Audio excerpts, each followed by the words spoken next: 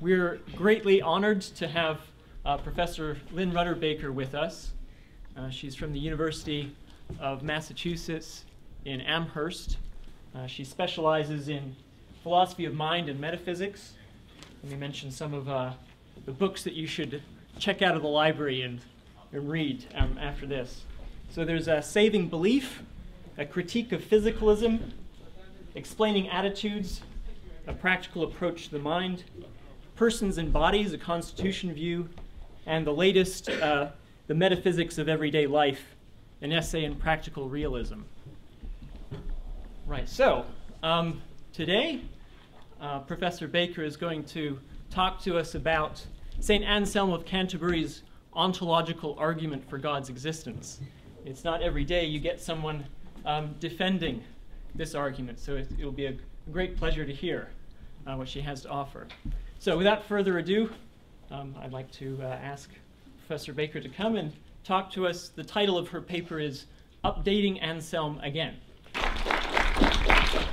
Thank you very much, Joseph, and also thank you so much for the invitation to be here. This is my first time in Kutztown for sure, and really I think this part of Pennsylvania. So I appreciate very much the invitation. I would like to start by just saying some background things. First of all, I may be the only living person today who actually thinks this is a good argument. This is an argument for the existence of God, and I really think it works, but I'm afraid I'm in a very small minority, maybe even just one person. So let me start. One of the things that's so intriguing about this argument is that it was made by a monk, St. Anselm, almost 1,000 years ago, and almost every important philosopher has refuted it. So everybody believes that not everybody, many people believe that it doesn't work, but they have different reasons. But they have different arguments for why it doesn't work. Well, I've got yet another argument to show that it does work. So it's really an important argument in the history of philosophy, because all the philosophers have something to say about it, as I say, usually negative. Secondly, I wanted to say something about the form of this argument. The form of this argument is a reductio argument. A reductio argument, this is not going to be a technical paper, but it does have terms like reductio in it. A reductio argument is an argument in which you assume what you do not want to be true. That is, you take the conclusion of your argument and then you assume that the conclusion is false. Use that as a premise and then deduce a contradiction. So let's say, oh gee, I should have come with an actual example. But if you assume that, let's say that the sun is in the sky. You say, no, the sun's not in the sky. Somebody wants to prove to you the sun is in the sky. You say, no, the sun's not in the sky. And from that, you deduce a contradiction, such as, if the sun is in the sky, now let's try another one. Let's not even give an example. I'll give the example in the paper. I'm sorry. Truth doesn't exist. How about that? What? Truth doesn't exist. Truth doesn't exist. If truth doesn't exist, then that premise doesn't exist, or that premise is false. That premise is not true. But the premise is only a good premise if it is true. Therefore, we have it is true and it isn't true. Thank you very much.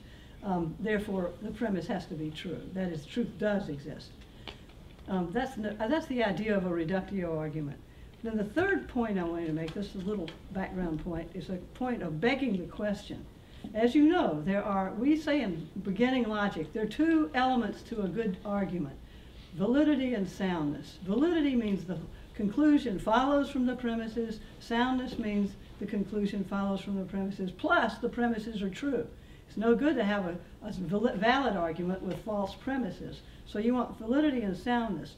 But there's another element to an argument that's not usually mentioned. But the other element to a good argument is that it does not beg the question.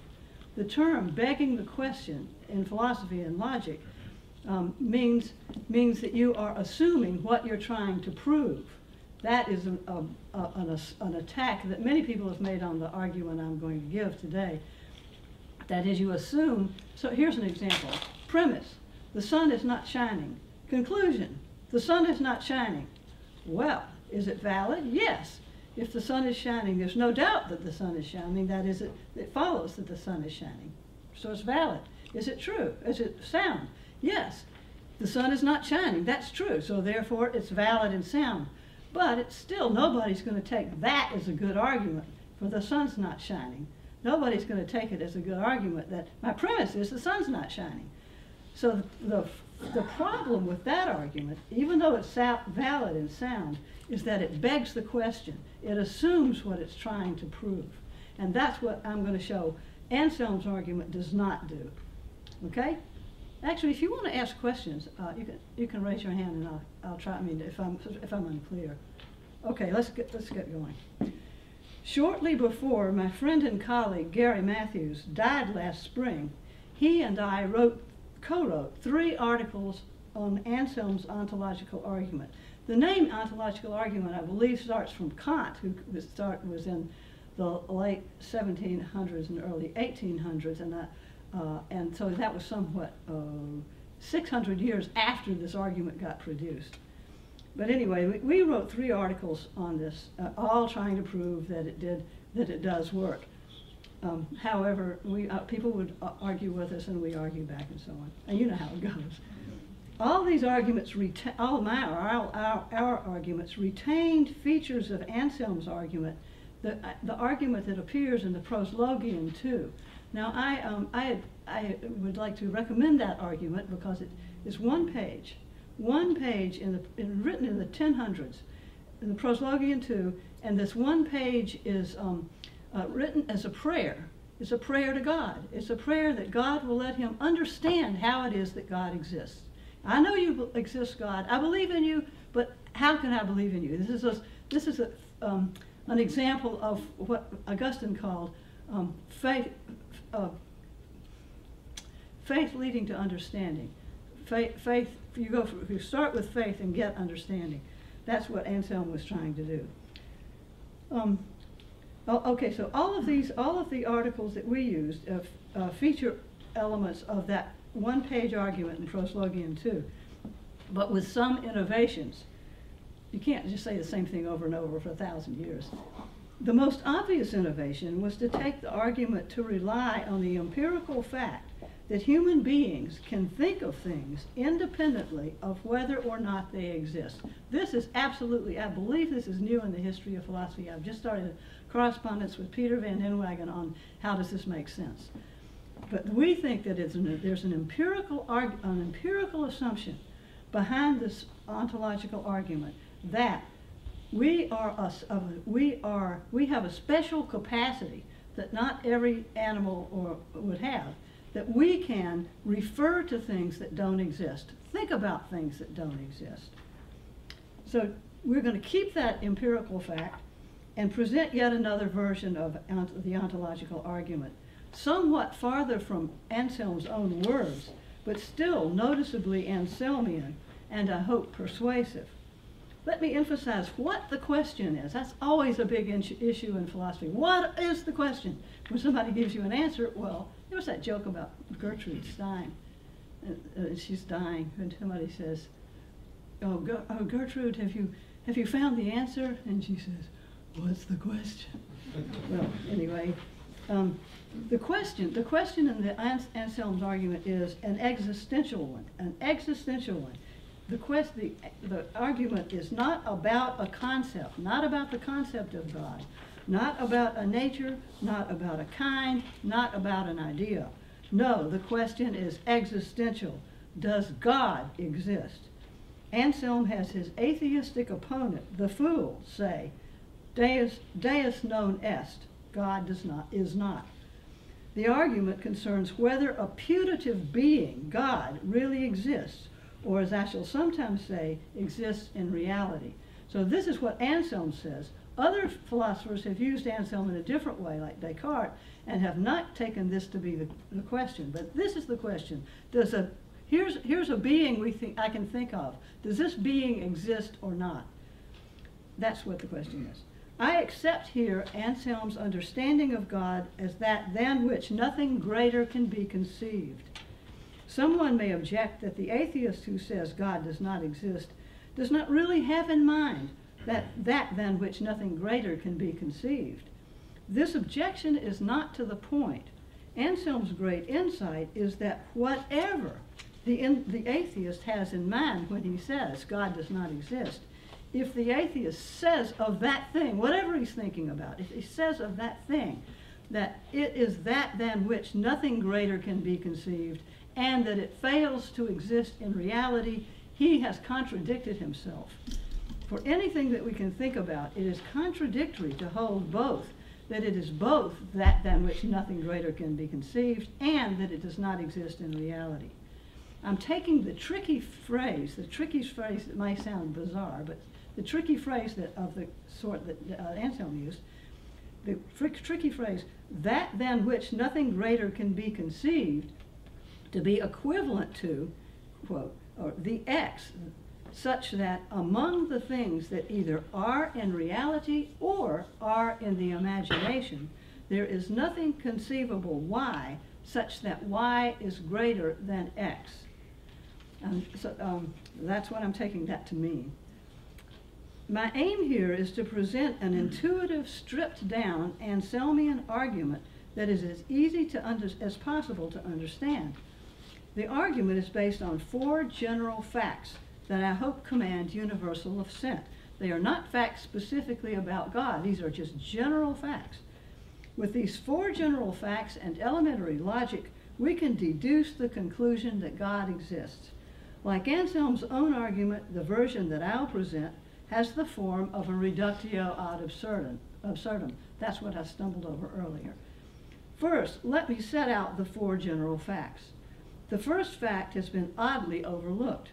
That is that our cognitive ability, we humans have a peculiar cognitive ability, one that we exercise all the time without thinking about it. We have the ability to think of, refer to, and talk about things that do not exist. Santa Claus, Pegasus, Hamlet, Sherlock Holmes, Mickey Mouse, and so on. Moreover, we can think of things if we are uncertain whether they exist. Did King Arthur exist? Did Lancelot exist? Did Merlin exist? Whether they did or not, we can think about them and refer to them. What are we referring to when we refer to Lancelot?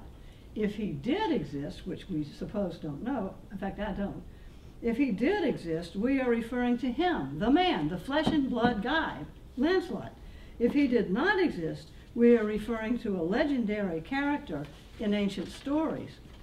We may not know whether we are referring to a real person or a character in stories. Perhaps unbeknownst to us, we are referring to a legendary knight, and when we think about Lancelot's exploits, we are thinking of what the world would have been like if that guy had existed. That's if he didn't exist. That we might not know. We don't know whether or not we're thinking about somebody who really did these things or who was just said to have done these things. So we can argue about whether Lancelot really existed without begging the question as to whether he really did exist.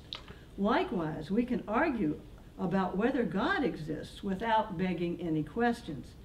In the context of an argument about the existence of God, we need not and should not assume that he does exist or assume that he does not exist. We can just hold in abeyance that assumption.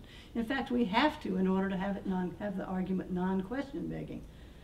Fact number 1, general fact number 1. Human beings can refer to, think about, and talk about an individual whether the individual exists or not. Second, if you and I argue about the existence of some individual, we must both be thinking of the same thing, or else there's no argument. If you say God exists and I say God does not exist, we are disagreeing only if we are talking about the same thing. To have such a disagreement without begging the question, I am using the word, this is Lynne now speaking, I am using the word thing in an extended sense to apply to individuals that we can refer to and talk about whether they exist or not. So I'm using the word thing in this extended sense. Thing applies indifferently to Pegasus, to you, to God.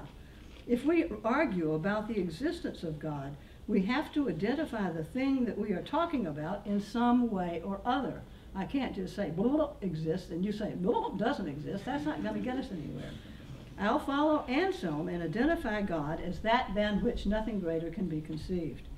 Fact number 2, in order to argue about the existence of an individual, the disputants must both be talking about the same thing, whether it exists or not. The third and fourth facts depend on a distinction that Anselm did not make, a distinction between mediated and unmediated causal powers. Legendary or imaginary or fictional characters have only mediated causal powers, mediated through the thoughts of existing people who think of them. For example, like God's followers, a lot of people believe in God, a lot of people worship God, a lot of people think about God, whether he exists or not. But if God, well, I'll just keep reading. For example, we beings who exist in reality, we beings have unmediated causal powers. We make things happen without the mediation of the thoughts of others. Even a feather, even a lousy little feather can affect ambient air currents. So even a feather has causal powers. A feather in reality has causal powers. On the other hand, Pegasus, a being whose powers are given to him by storytellers and artists, has the ability to fly only in the thoughts and depictions of others with unmediated causal powers. Unlike Pegasus, we who write about Pegasus or portray him in stories and sculptures have unmediated causal powers. All of us, no matter how humble, even little feathers that exist in reality, have unmediated causal powers, things that are just imagined, like Pegasus. Even though if we imagine he has the power to fly, he's a horse that flies, even if we imagine that, that is only mediated, his causal power to fly is mediated through our thoughts. We have the unmediated causal powers, and we can think about things like that. Okay, how, you may ask, can something that does not exist, say Santa Claus, have any causal powers, even mediated ones? That's a good question. The answer is, through the thoughts, words, and deeds of others that do exist and may wrongly believe that Santa Claus exists too. Santa Claus has mediated causal power to get children to leave out cookies for him only because existing people think of and refer to him. Get that, Santa Claus has a mediated causal power to get children to leave out cookies. They do something. They do something because of the unmediated causal powers of people who talk about Santa Claus. So, Pegasus, Santa Claus, and Hamlet, things that we can talk about but that do not exist, have only mediated causal powers. You and I have unmediated causal powers. If God does not exist, he has only mediated causal powers, mediated through the thoughts, the words, and deeds of his followers, like Santa Claus does. But if God does exist, he has unmediated causal powers. He can make things happen on his own, so to speak. So fact number 3, things that we refer to and talk about, but that do not exist in reality, have only mediated causal powers, but they cannot make things happen on their own, but only through the mediation of existing things. This brings us to the 4th general fact. As we have seen, mediated causal powers depend wholly on the thoughts, depictions, and so on of those with unmediated causal powers. And unmediated causal powers can be exercised independently of the thoughts of others.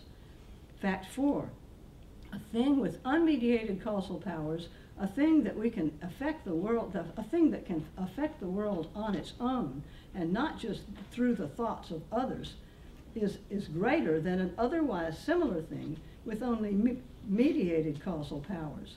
If a person just like Sherlock Holmes had really existed, he would have been greater than the fictional character. So the last 2 general facts are, 1, the distinction between mediated and unmediated causal powers, and 2, that there is such a distinction, and 2, that something with unmediated causal powers is greater than an otherwise similar thing that has only mediated causal powers. Now to my Anselmian argument bolstered by the 4 facts. Anselm conjures up an opponent, an atheist, who will say God does not exist. And then Anselm shows that the atheist statement leads to contradiction. Fact number 1 allows Anselm and the atheist allows that they can argue about the existence of God independently of whether or not he exists. And so neither begs the question against the other.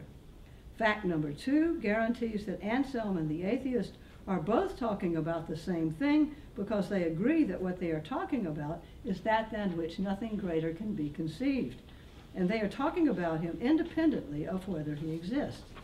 Fact number 3 supports the claim that if God does not exist, he has only mediated causal powers. He affects things only through the thoughts of his followers who believe that they are doing his will or listening to him, or etc.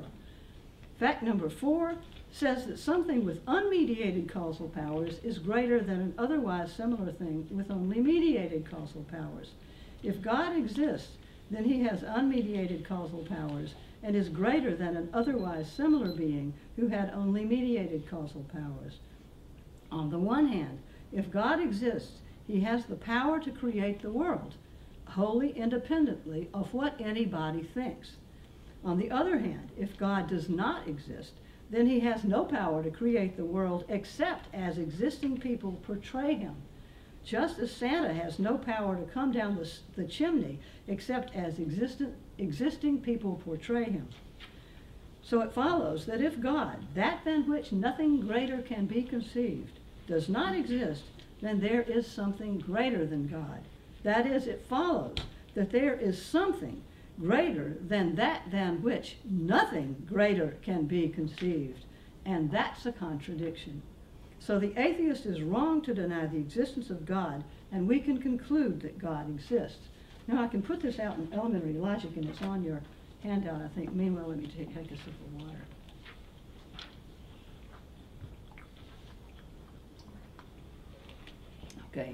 Okay, now look at your handout. I'll go through this pretty fast. 1, take the first premise is the reductio premise, the premise that we want to prove to be false. I'm going to assume that if God does not exist in reality, then he's only imaginary. That's just my way of putting it, but we can put it other ways if you want. Okay, first premise, the one we're going to prove to be false. God is only imaginary. Second premise. God is that than which nothing greater can be conceived, whether he exists or not. That's an instance of facts number 1 and 2. 3, if God is only imaginary, then he has only mediated causal powers. Instance of fact number 3. Therefore, God has only mediated causal powers. That's from 1 and 3 by the famous modus ponens inference. It's a valid inference from 1 and 3. 5, if God has only mediated causal powers, then something greater than God can be conceived, something just like God, except with unmediated causal powers. That's from 2 and an instance of fact number 4. 6, therefore something greater than God can be conceived. That's from 4 and 5, again by the venerable modus ponens inference. 7, premise 1 leads to contradiction, since 2 and 6 are contradictory. 8, premise 1 is false, of course, if it leads to contradiction. It's false that God is only imaginary. That's a conceptual truth from 7. Therefore, it's false that God is only imaginary. Therefore, God really exists in reality. That's 9. That's the argument that I think is both this valid, sound, and not question-begging. Now, I have actually some objections and replies from some of the main thinkers, or a couple of the main thinkers over the centuries. But I would really want to focus on another objection. Actually, it's not another objection. I suppose the most famous objection to this argument is the argument from the monk Gonolo. Gonolo said, hey, suppose there's a perfect island that nobody knows about. Suppose there's a perfect island. You can use the same argument to show that it exists. Suppose there's a lost island. He doesn't say perfect, although his commentators say perfect. Gonolo doesn't say perfect. He says a lost island that is so superb in every dimension that you can't think of anything more superb than it. And then he says, oh, but you can use the same argument to show that it must exist. Well, that argument has been around since Anselm, and Anselm argued against that objection as well. But I want to object to an argument that was put in a slightly different way, but I think is essentially the same argument. It's essentially the Gonolo argument. The reason I want to do this is that I read this argument in Dublin, Ireland, at Trinity College, Dublin, in a debate, and the debate was on the existence of God. Well, I don't know, we don't do debates like this in the United States, I don't think. But in Ireland, they have debating is a big thing. Children grow up debating, and you debate by rough and tough, rustle and tussle, arguing and yelling at each other, booing, hissing, laughing, clapping, jumping up and down. It's really quite amazing. It's a very raucous event. And one of the people in the audience actually came up with this argument that I thought was just like the Gonolo argument, but since it was just brought up on the spur of the moment by an undergraduate, I thought I would use it. And also, the Gonolo argument is a little different, a little hard to understand, I think. Okay, here's the objection I want to talk about. This one from a student in the audience at Cambridge College, Dublin. Trinity College, Dublin, where I presented this argument in a rather raucous debate on the existence of God. I'll call this the Lancelot objection. The Lancelot objection is, Lancelot, as you know, I think he was one of the Knights of the Round Table. There's all this lore about him, and I don't know whether he ever existed or not. But the Lancelot objection is this student's objection. It has overtones of Gonolo's Lost Island objection.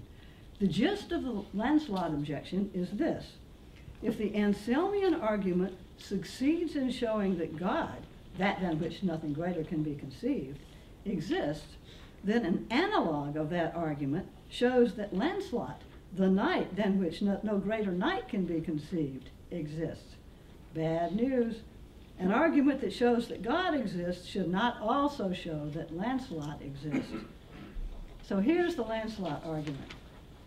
Suppose that Lancelot is the knight than which no greater knight can be conceived. Suppose that Lancelot does not exist. In that case, he has only mediated causal powers. But if Lancelot did exist, he would have unmediated causal powers, and hence would be greater than the knight than which no greater knight can be conceived. Since there would be a contradiction if Lancelot did not exist, Lancelot exists. So the objection is that my update of Anselm goes too far.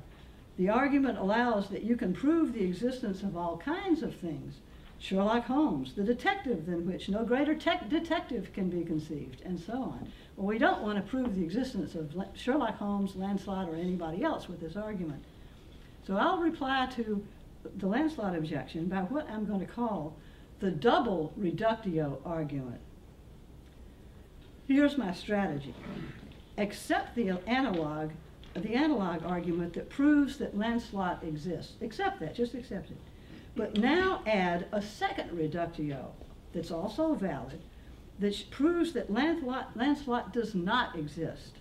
Then conclude that it's logically impossible for Lancelot to be the knight than which no greater knight can be conceived.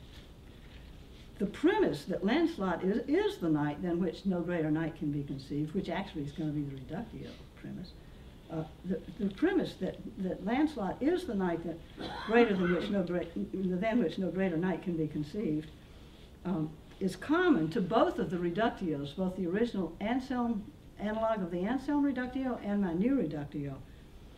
But that premise that Lancelot is the knight than which no greater knight can be conceived itself leads to a contradiction.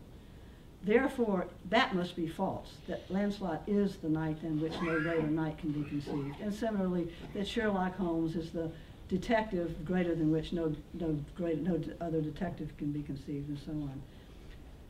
So now, so first of all, I'm going to formulate the second reductio, the one that proves that Lancelot does not exist. And to do that, I'll have to first formulate the second reductio, And then I'll have to, in order to do that, I have to go beyond the 4 general facts. That is, I'm having to make another move here beyond my 4 general facts that I thought sufficed at first. Okay, first, one difference, but here's what how I have to go beyond my 4 general facts. First, one difference between things that exist in reality and things that are only imaginary is that imaginary things have only an incomplete set of properties, whereas really existing things have a complete set of properties. For any given property, a really existing object either has that property or fails to have it. There's always a correct answer about a question, about you, for example, to the question, do you weigh more than 100 pounds? Whether anybody knows the answer or not. There's an answer to the question of whether or not you were born on an odd-numbered day, whether or not anybody knows that or not. There's just an answer to every question about a property that for every property, you and I either do or do not have that property. There's always an answer. But since say, Sherlock Holmes is only a fictional character, there's not a correct answer to the question of whether he weighs more than 100 pounds because Conan Doyle didn't tell us. Now we have the resources to mount a second reductio. This reductio proving that Lancelot did not really exist. Now, so we've got this what the new wrinkle is that things with unmediated causal powers, things that exist, have a complete set of properties. Things that were just made up by you or me or by Sherlock, by Conan Doyle, have only an incomplete set of properties. Only the set of properties that the person with unmediated causal powers attributes to the thing and whatever follows from that. So if non-existing things, imaginary beings have only incomplete set of properties, and real existing beings have complete set of properties. So, okay, now we'll prove that, use the second I'll formulate the second reductio that proves that Lancelot did not really exist. So we'll have 2 reductios, one that shows that he did really exist, and one that shows that he didn't really exist. They have a premise in common. We look at the premise in common, see that it leads to both reductios, and therefore we know that premise is false, and will turn out there is no such thing as the night than which no greater night can be conceived. Okay. If Lancelot, again supposing that he is the night than which no greater night can be conceived, really did exist, he would have a complete set of properties. For example, if he did exist, there's a definite number of the most knights that Lancelot killed in a single battle. Suppose that the number was 20. So if he did exist, we can conceive of a knight greater than Lancelot, one who killed 21 knights in a single battle. So this time the contradiction arises from assuming that Lancelot, the knight than which no greater knight can be conceived, really did exist. So now we're going to reverse the reductio and assume that he really did exist and prove that if he really did exist, he didn't exist. So if he really did exist, we can conceive of a knight greater than Lancelot, one who kills 21 knights in a single battle. So this time the contradiction arises from assuming that Lancelot, the knight than which no greater knight can be conceived, really did exist. More formally, 1, Lancelot really did exist. That's the reductio premise again. 2, Lancelot is the knight than which no greater knight can be conceived. That's the stipulation, so we know we're talking about the same being. 3, if Lancelot really did exist, then he had a complete set of properties. That's what I just tried to show. 4, if Lancelot had a complete set of properties, then there was a definite number of the most knights that he killed in a single battle, say 20. 5, if there was a definite number of the most knights that he killed in a single battle, say 20, then a knight greater than Lancelot can be conceived, one who killed 21 in a single battle. 6, if Lancelot really did exist, then a knight greater than Lancelot can be conceived, the one who killed 21. 7, a knight greater than Lancelot can be conceived. That's just an easy modus ponens.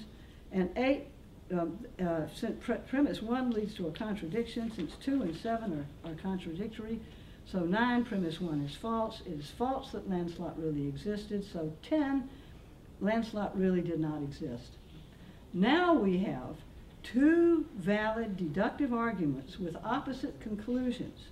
If Lancelot is the knight than which no greater knight can be conceived, then it can be proved via the unmediated causal powers argument that he did exist, and also via the complete properties argument that he didn't exist. Since it cannot be the case that Lancelot both existed and that he did not exist, we can conclude that Lancelot cannot be the knight than which no greater knight can be conceived. Premise 2, that Lancelot is the knight than which no greater knight can be conceived, leads to the contradictions in both reductios. Rejecting that premise makes the Lancelot analog unsound and therefore disables the Lancelot objection. The double reductio strategy applies to any finite being, like an island or Lancelot or Sherlock Holmes or anything else, that is claimed to be that F than which no greater F can be conceived. However, the second reductio does not apply to God. This is why this is getting God out of this problem, because Lancelot will have this problem, the Lost Island will have this problem, but God will not have this problem, because the second reductio will be applied to God would be unsound. The second reductio, if applied to God, would have false premises. There's a mistake on your handout, just 5 and 6, not 4. 5 and 6. And hence would be unsound. Any argument with a false premise is unsound. Therefore, the second reductio cannot show that God doesn't really exist. The first reductio is unaffected, however, and proves that God really does exist. So the Lancelot argument, though very clever, does not succeed in overturning the updated Anselmian argument. The updated argument for the existence of God still stands. To sum up, my revised arguments, unlike Anselm's original argument, is an epistemic argument that relies on an empirical fact about a peculiar cognitive ability that we have, the ability to think of and to refer to things independently of whether or not they exist.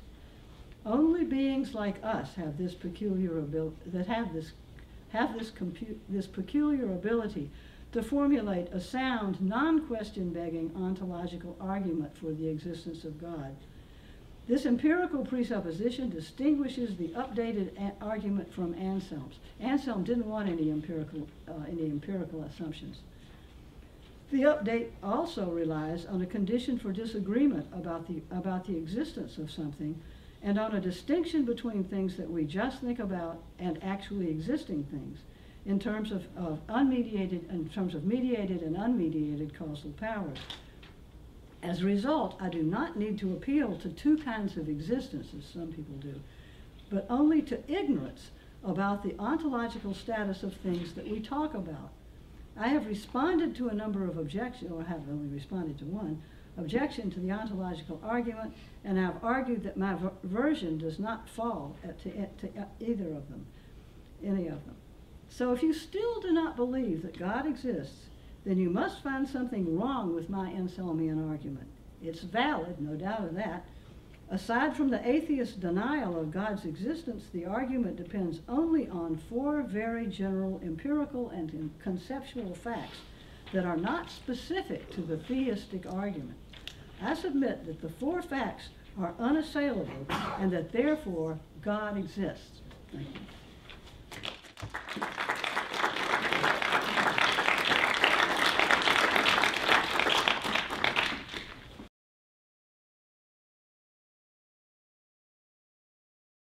So you said that your second reductio applies to, I think you said any finite being that is an F, than which no greater F can be conceived. I hope it does, yeah. So it seems like, so I'm not sure about that. It seems like there are lots of Fs for which the second reductio would work, but so take something like egalitaria. So egalitaria is an egalitarian society than which no greater or no more egalitarian society can be conceived. So on a certain conception of egalitarianism, all this requires that everyone have an equal share of whatever the goods are that exist. So you can't make the society more egalitarian by adding more people. There's just sort of like per capita egalitarianism. Right. So it seems like you can imagine greater societies that there's no society in which no greater can be conceived. But if you're just restricting it to egalitarian society, it seems like your second reductio wouldn't work.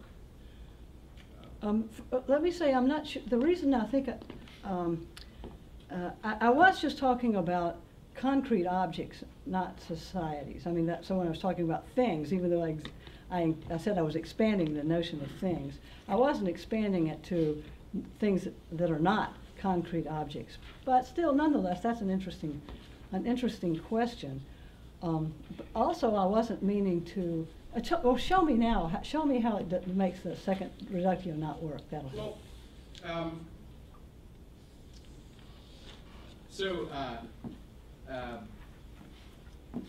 If you plug in egalitaria here in place of Lancelot, you don't see. So premise 4 wouldn't go through, and I don't see how you could modify it so that it would go through. Right, you would never talk about knights if you're talking about something else. So you want to say that reason, but I also don't see an appropriate modification that would make it go through for egalitaria. Actually, then I'd better just go back and say I'm just talking about concrete objects. I certainly was about the complete set of properties. That is just a matter. That is, I think, just for concrete objects. But I guess I'll have to think about that because I just didn't ever consider anything like a society. So one worry, I can't think of a concrete object off the top of my head, but it seems like there are properties like being egalitarian that just sort of have a cap. It's like an upper bound on how egalitarian they can be. Or there's certain F's that have some upper bound. And it seems to me that there might be reason to worry that there are concrete objects like that as well. I can't think of one off the top of my head, but. Actually, I think you might be right. I'll have to think about that. I'm sorry, I can't just say no, but I'll have to think about it because I don't know. I really haven't thought about that whole area. So I just want to make a suggestion. I don't know if anybody really does this, but so maybe I'll just ask you. Do you know of anyone who sort of bites the bullet on this and just says, well, then those things exist too? Oh, yeah. Okay. That is, which are those things, I should say? So for example, the Lancelot objection, one thing you can say is, oh, well, then Lancelot must exist. There are people who, Terry Parsons wrote a book called Non-Existent Objects. And he's applied it to the ontological argument, and so has, his name slipped me right now, but another guy too. These are called Meinongian theories, because Meinon thought that there were round squares and golden mountains and things like that. They exist if they exist in your mind. And Anselm talked about existing in the understanding versus existing in reality. I avoided that talk for the obvious reasons. Right. Yeah. But people like Terry Parsons believes that there are two kinds of existence, kind of a mini one and a maxi one. So it seems like you could bite the bullet in another way, though. Okay. So that way of biting, that may not be bullet biting. I don't know how plausible the Meinongian view is. Well, some people really believe it, right. But I'm not among them. But maybe a problem for that view would be that there are certain things that, like perhaps Lancelot, or maybe there are other examples, that would be greater if they existed not only in the Meinongian realm, or if they, not only if they subsisted, as it were, but if they really existed in concrete reality. Right. But somebody could bite the bullet there and just say, oh, these things must exist somewhere in concrete reality. Oh, I see. So they're not just in the Meinongian sense of the existing only in the understanding, but they must exist somewhere in reality. Sure. Does anybody bite that bullet? Just curious. I don't know if I can think of. Maybe not for round squares, but maybe for golden mountains. Maybe you had a possible worlds theory, such that every single thing that had a non-contradictory description, like Golden Mountain or jillion-pound piece of gold or something, existed in some possible world because it's not contradictory.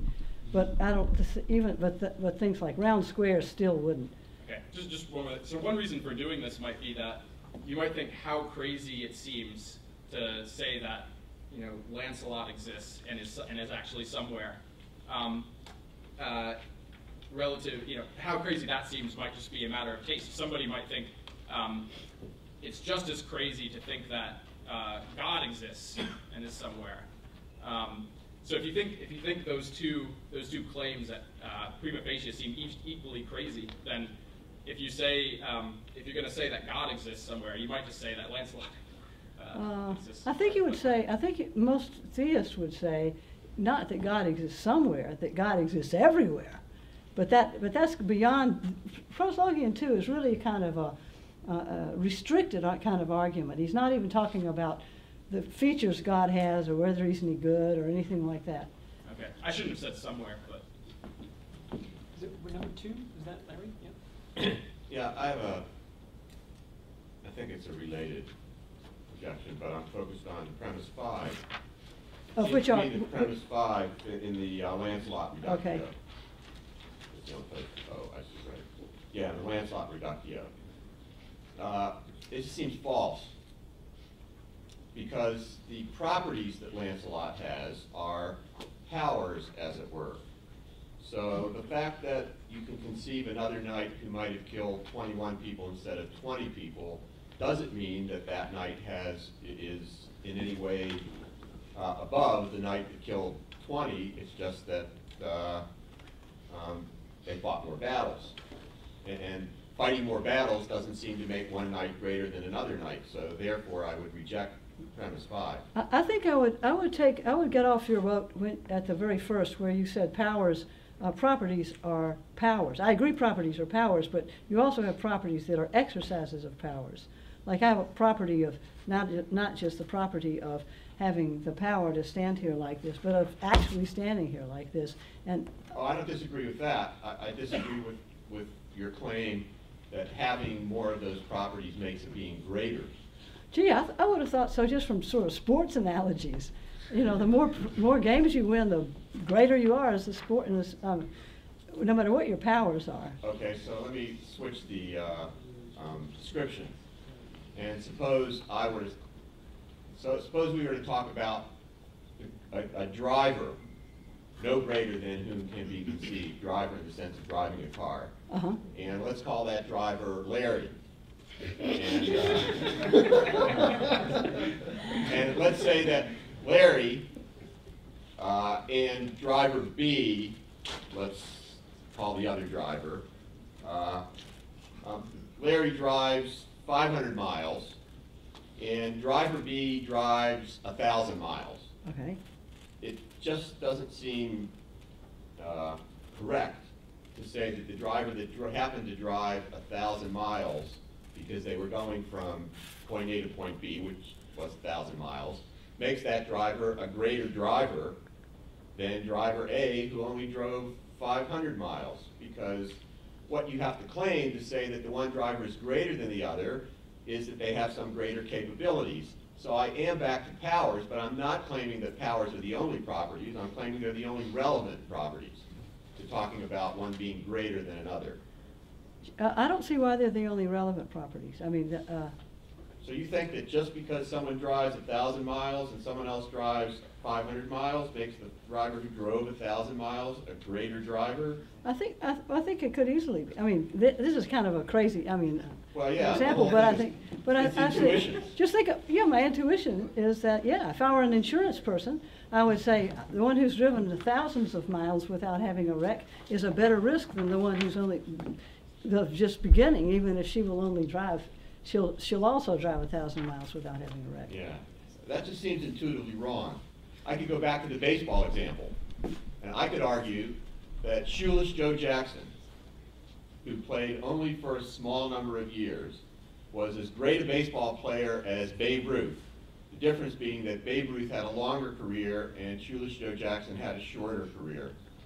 It just seems wrong to simply make the criterion for greatness be some numerical standard that has a larger number next to it in terms of numbers I think that any finite being will have some such properties that have that you can say have a numerical number. That is, some such properties that slide around. There's no maximum.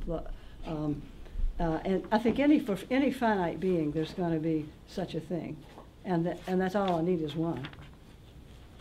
I mean, I don't have to say every property is like this. All I need is one. If you don't like this one, we could think of another one. Yeah, I don't want to monopolize the discussion, but it's still, our intuitions are miles apart on this. Okay. Who's number 3? Is that right? Did I count you 3? Okay, good. How do you respond to the analytical criticism of the ontological argument that existence isn't a predicate? I don't use the word existence except, I mean, that is, I give it I don't say what Kant objected about existence, that to add, here's a concept, add existence to the concept and you haven't added anything. You can say, I have a concept of $100, now I've got a concept of $100 existing. Do I have more? No. I think Kant was right, so that's why I tried to stay away. One reason I used the mediated, unmediated language was to avoid that whole mess of stuff about existence. So I don't think I have to. In fact, I think I actually do. I'll tell you what I should have said.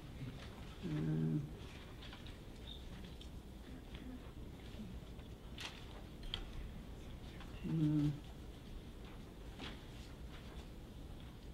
sorry, it's hard to find. Okay. Kant's objection doesn't meet Anselm's argument the way I look at it anyway. Where Kant demolished Descartes' argument, Descartes' ontological argument. I think Kant just actually blew Descartes out of the water. But I think Descartes was totally wrong about what the argument was. As I mentioned, Anselm is not concerned with a concept, whereas Descartes is, or an idea, or a nature, or a kind, but rather with an individual. And by fact 3, we can distinguish things that do not really exist from those that do by whether or not they have only mediated causal powers. Fact 3 gives a new way to distinguish merely intentional things from those that exist in reality. So I think I can avoid that objection altogether, the whole existence bit. But also I just want, the other point was about Descartes, that I think it does apply to Descartes. Existence is a perfection, I think, or God has God has all of supreme of all the perfections, or supreme of perfections. Existence is a perfection, therefore God has existence, or something like that, which obviously is not. That's not what Anselm was saying. Andrew. I want to begin by thanking you for being here. I speak for everybody to say we're really honored to have you here. And you've done a beautiful job of laying this argument out in a clear, straightforward way. I wish I could do that for my students. Well, thank you very much. much. Have one I knew that was coming. Just one question. It seems that in order to find a counterexample, you're going to have to find a concrete being that has a complete set of properties. Yep. And that is infinite. In order to find a counterexample to what? In order to make a counterexample work, that the double reductio strategy won't dismiss. Oh yes, that's right. But can you have such a counterexample? And it seems to me that some scholars have suggested the counterexample of the devil. And so if you conceive of the devil as the being than which no worse being can be conceived, and if you plug this into the argument, then we end up with the devil must exist. Very good. Actually, I'm not sure about the point about plugging that into the argument, but I do know what to say about the devil, the devil example against the Anselmian argument. Anselm was a Platonist. For Platonists, anything that exists is greater than anything that doesn't exist. I mean, for a Platonist, reality and value go together. So if anything that exists is greater than what anything that doesn't exist.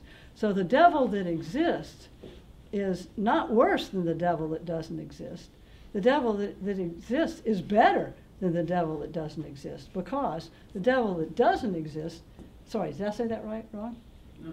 Okay, so you can't say that there's a maximally bad thing, because a maximally bad thing would just be a non-existent thing. But there's not such a, I mean, there are plenty of non-existent things, I suppose. But there's not going to be a maximally bad thing the way there's a maximally good thing, because but if you're a Platonist, I think.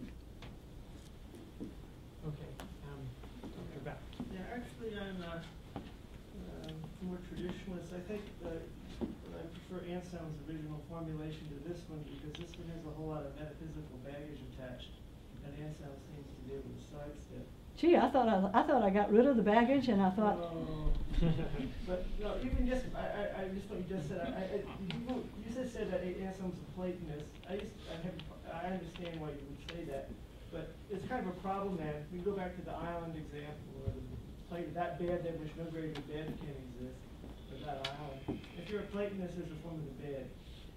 I'm sorry, you said. Call it 10. So according to that bed than which no greater bed can exist, or that island than which no greater island can exist. If you're a Platonist, there exist such objects, the form of the bed and the form of the island. Right. And so the argument will apply to all sorts of things, not merely to God. So we prove every Platonic form exists by the same structure of the argument, and that perhaps bothers me, because in Anselm's reply to Godelon, he denies the argument works for any other expression than that in which the greater can be thought. But more metaphysical baggage, even when you talk about conceiving is relative to our powers of conceiving, Anselm's careful not to do that. He says that when the greater can be thought, potest cogitare, and that means it's not limited to human beings' ability to understand and imagine, which is a good thing because mine are very limited.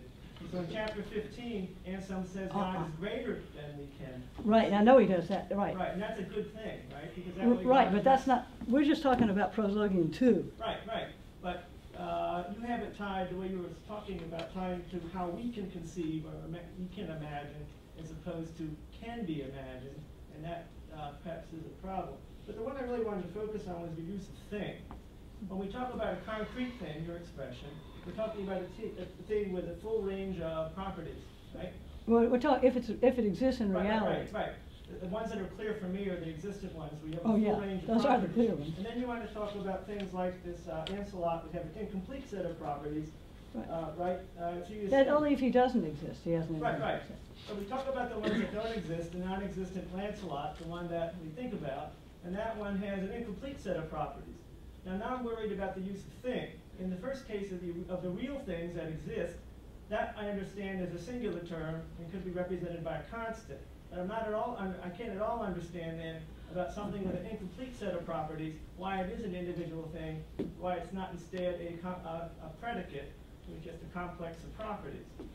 I think that's a very good question, and let me see if I can put. I think I have an answer, but it has to do with the fact that whereas Anselm's always been taken to be doing metaphysics, that is, the ontological suggests metaphysics.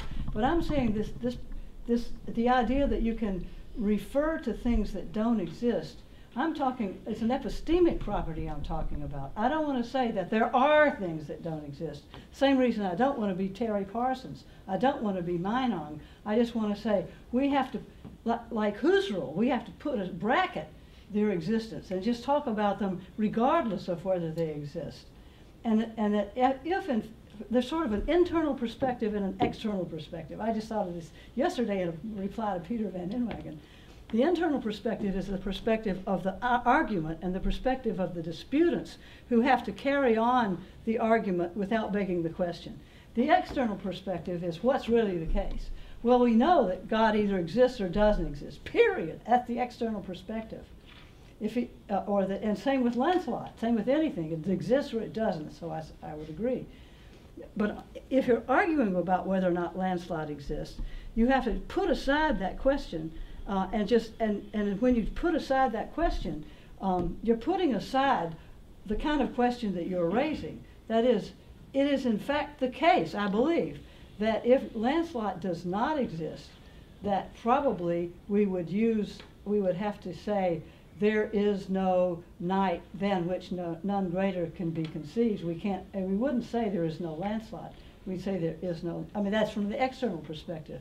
But from the internal perspective, from the external perspective also, let me start that sentence over.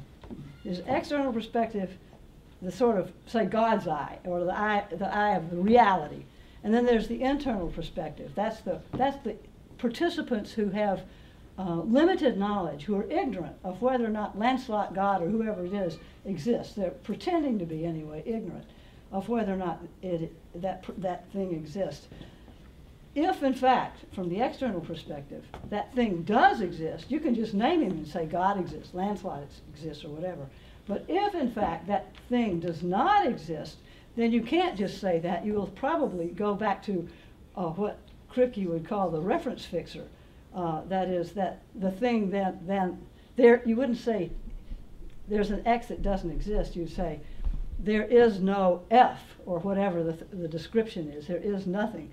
And that makes perfect sense. But you, from the internal perspective, as an arguer, as one of the arguers, don't know which it is. So you have to just leave that aside and all the problems with that aside. That's what I think anyway.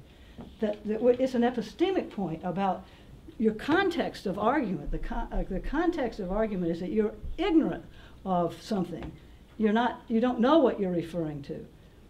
It's not that you know and it's either you know that it exists or you know that it doesn't exist. It's that you don't know at all. So you just have to bracket that. Does that make sense? Yeah, but there you see there your landslots that don't exist.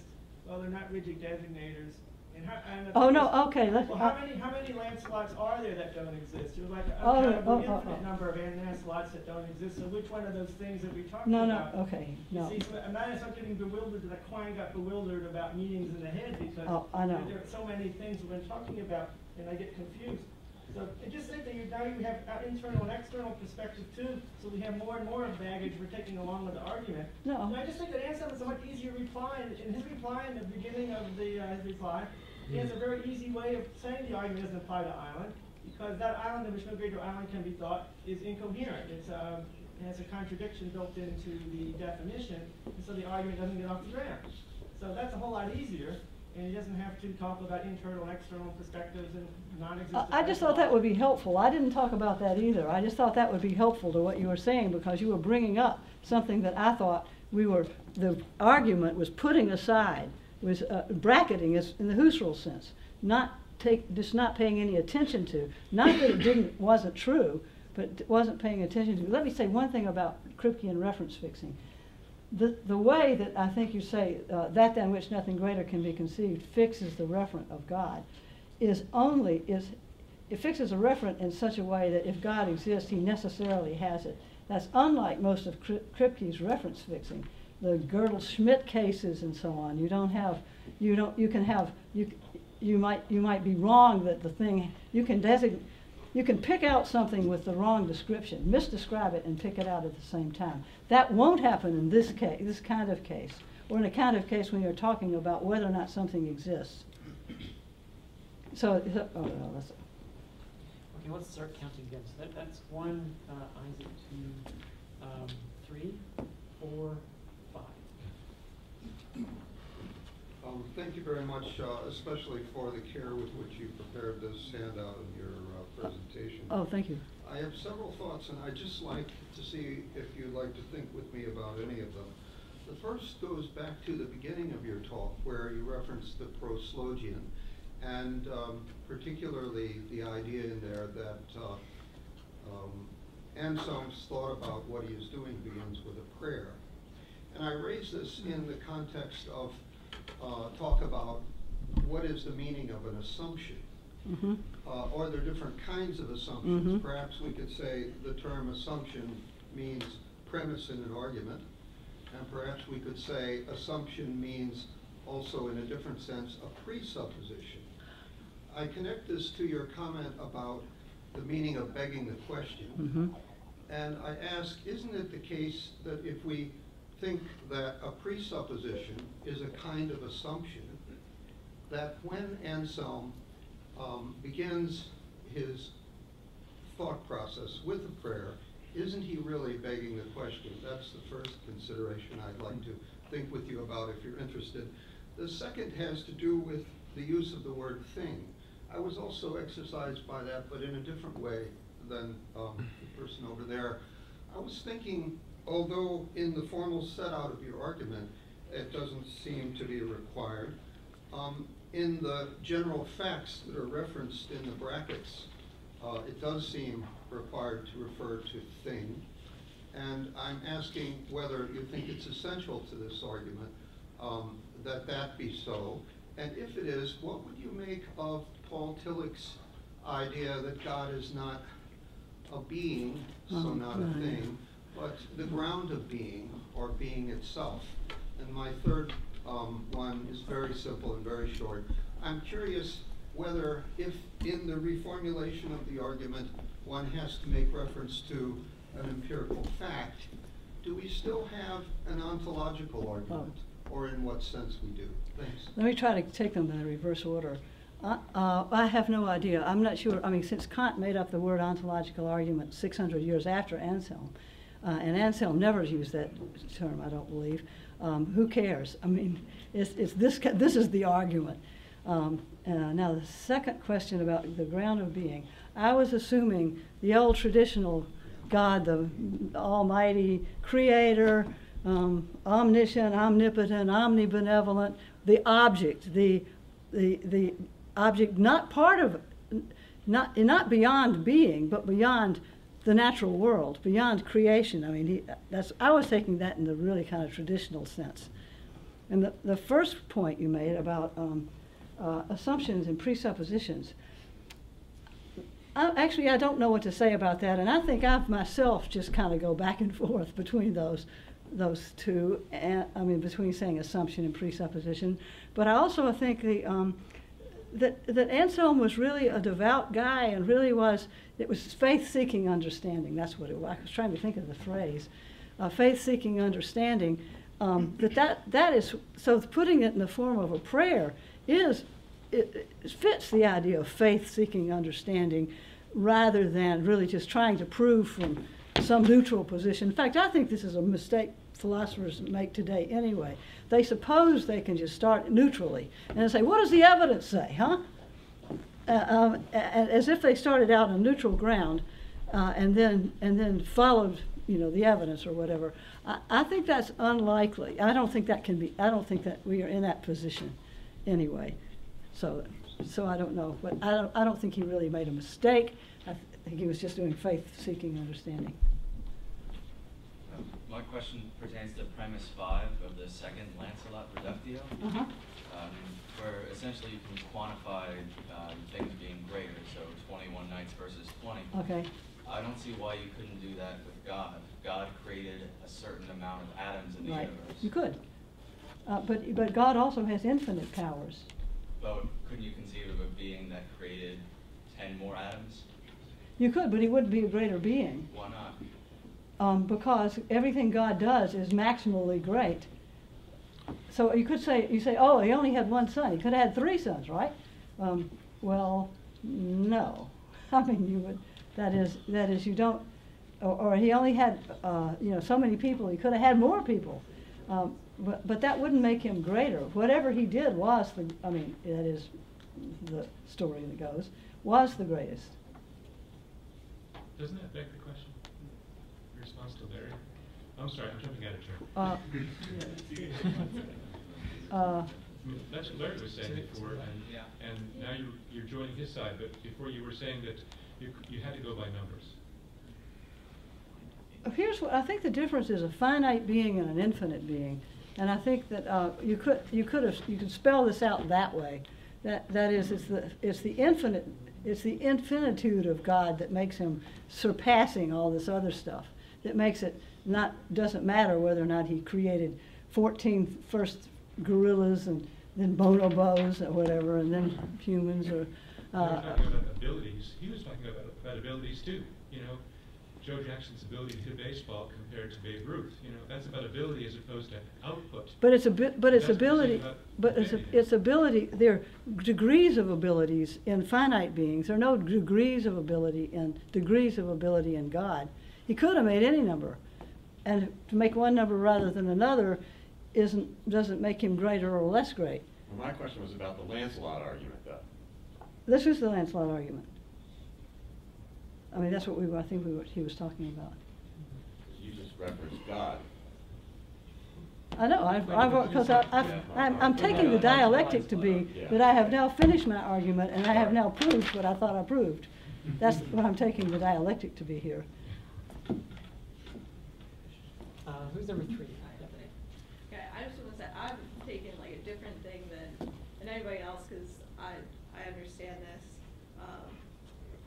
I just like everybody's getting stuck up on this infinite and finite being.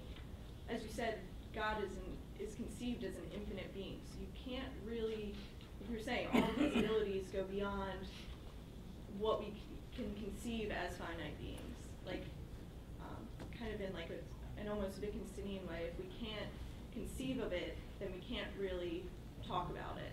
And where Lancelot is a finite being, he's he's human, and it doesn't matter what kind of being, animal, plant, whatever, it's finite. God is infinite, so he would therefore not have to conform to those restrictions. And I think everybody's getting caught up on like this quantity versus quality value. God's quality of being good is beyond what we can conceive as a finite idea of being good, I would say. And so I like that. Thank you. I like that you addressed the argument, but I think, honestly, you didn't even need to address the Lancelot objection because they're not even on the same level. Oh, okay. I would say. Thank you. Who's number 4? Oh, is it Neil? Yeah. Thank you very much for coming. I did really enjoy your talk, and I've read one of your papers before, and I did enjoy it a lot. Thank you. I do have a couple of concerns, and can you speak up? My ears Sure. are not so good. I've got on hearing aids, but they don't really work very well.